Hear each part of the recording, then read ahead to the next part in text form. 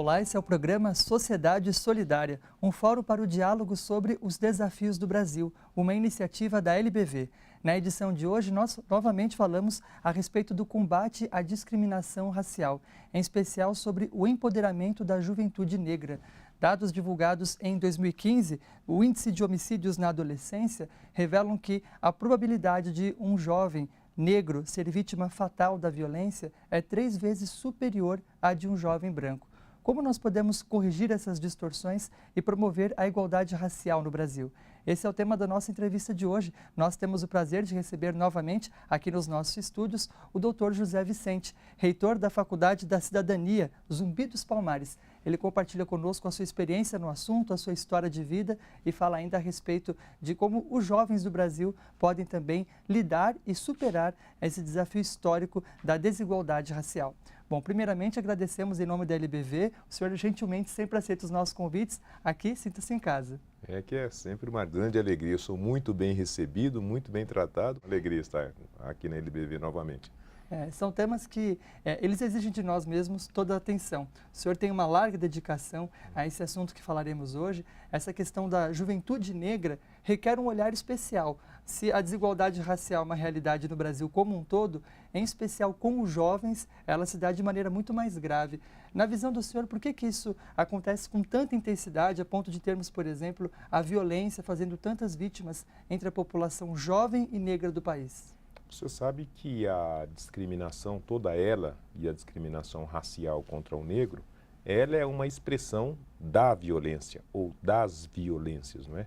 E as sociedades modernas, em especial as sociedades em desenvolvimento, como é a sociedade brasileira, e que no caso da brasileira ainda tem um agravante, que ela vem suportada estruturalmente em cima de uma ação de violência muito contundente né, contra as minorias, de se lembrar que nós começamos a construção do nosso país massacrando os índios, né, de se lembrar que nós começamos a história do nosso país escravizando os negros. Então a violência já está na essência da construção do nosso país e ao longo da sua trajetória histórica ela tem se mantido ou se fortalecido. E junta-se a isso o fato de que uma das formas intensas de se violentar a dignidade humana é justamente desqualificar-se o outro a partir de pseudos manifestações de valor negativo ou positivo e a partir dessa desqualificação, então, submeter. Não é? E essa violência que é exigida, seja para desqualificar e seja para manter a submissão, para manter a subordinação do melhor sobre o pior, é que faz então construir uma estrutura mental, psicológica, social e operacional de uma violência que se introjeta primeiramente, se constitui, se mantém e depois se reproduz. E a vítima preferencial dessa violência acaba sendo aquela parcela da população que possui essa carga do imaginário do inferior. E aqui no Brasil, infelizmente, por todas as suas injunções históricas, o negro é o elemento preferencial, é a síntese preferencial dessa violência possível e dessa violência autorizada. Não é? De modo que nós vamos precisar ter que fazer vários movimentos para poder superar o resultado dessa violência que se manifesta preferencialmente através do racismo e da discriminação contra essa representação de brasileiros que são os negros. Nós precisamos trabalhar, como a gente sempre diz, para dentro, né, de conscientizar e de educar as pessoas e para fora, que é retirando, limpando a área dessas ferramentas que estão colocadas, dessa maquinaria que está colocada nos espaços sociais para cumprir esse objetivo de produzir a violência institucionalizada. As instituições, temos visto em todo o Brasil, têm procurado fazer programas de conscientização, de sensibilização de seus profissionais para poderem reduzir esses casos. Mas ainda assim, nós ainda observamos essa distorção na hora que vamos analisar as estatísticas. Portanto, mostra que é um obstáculo cultural difícil de ser removido e que exige muito tempo, né, para a gente conseguir ter, de fato, um tratamento igualitário às pessoas de todas as etnias.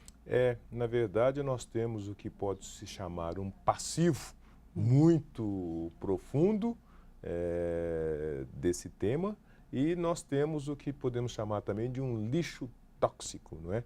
No sentido de que essas ações se repetem em profusão nos mais diferentes espaços todos os dias e todas as horas, e para repudiá-las ou para combatê-las, a gente sempre prefere o comodismo de dizer as coisas são assim mesmo, não foi isso que se quis dizer e isso é uma coisa de só menos. Então a gente tem esse lixo tóxico de tratar com indiferença uma coisa muito séria e muito grave como essa da discriminação racial contra os negros no Brasil. E nós temos um passivo, tendo em conta que nós somos o último país que aboliu a escravidão, nós somos um país que conviveu tranquilamente por mais de 350 anos com uma escravidão referenciada pelo Estado, referenciada pela religião e suportada e autorizada pelo direito.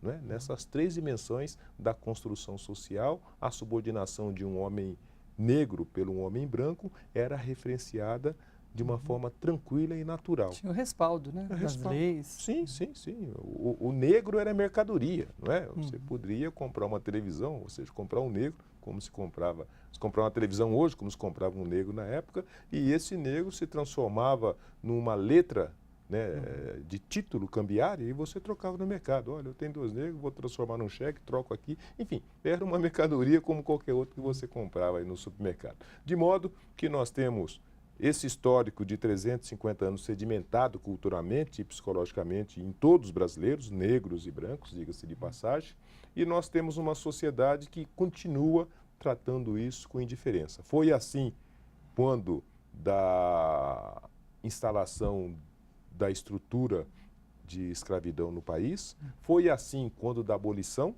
em que nós em 2 artigos, né, declaramos livres os negros da escravidão e revogam-se as disposições do contrário, ou seja, sem qualquer acesso à terra, sem indenização, tipo sem de escola, sem possibilidades de disputar em igualdade de oportunidades os espaços que se construíam no país daquela época. Porque lembre você e os telespectadores que da mesma forma que nós tiramos o negro escravo da possibilidade de participar da vida social, nós trouxemos os imigrantes para cumprir aquele papel que deveria ser cumprido pelos negros também, ou seja, participar da vida social. E por fim, esse é um valor, então, que a gente, quando tem que elencar, quando tem que enumerar, quando tem que qualificar, a gente coloca como sendo o último valor a ser perseguido numa sociedade de consumo em que a humanidade vale muita pouca coisa no nosso país. De modo que dignidade, direitos humanos, direito do cidadão, direitos sociais, isso daí são para poucos no nosso país, infelizmente, e ele não atende a maioria dos brasileiros, que são os menos favorecidos, e a maioria dos menos favorecidos, infelizmente, são compostos dos negros.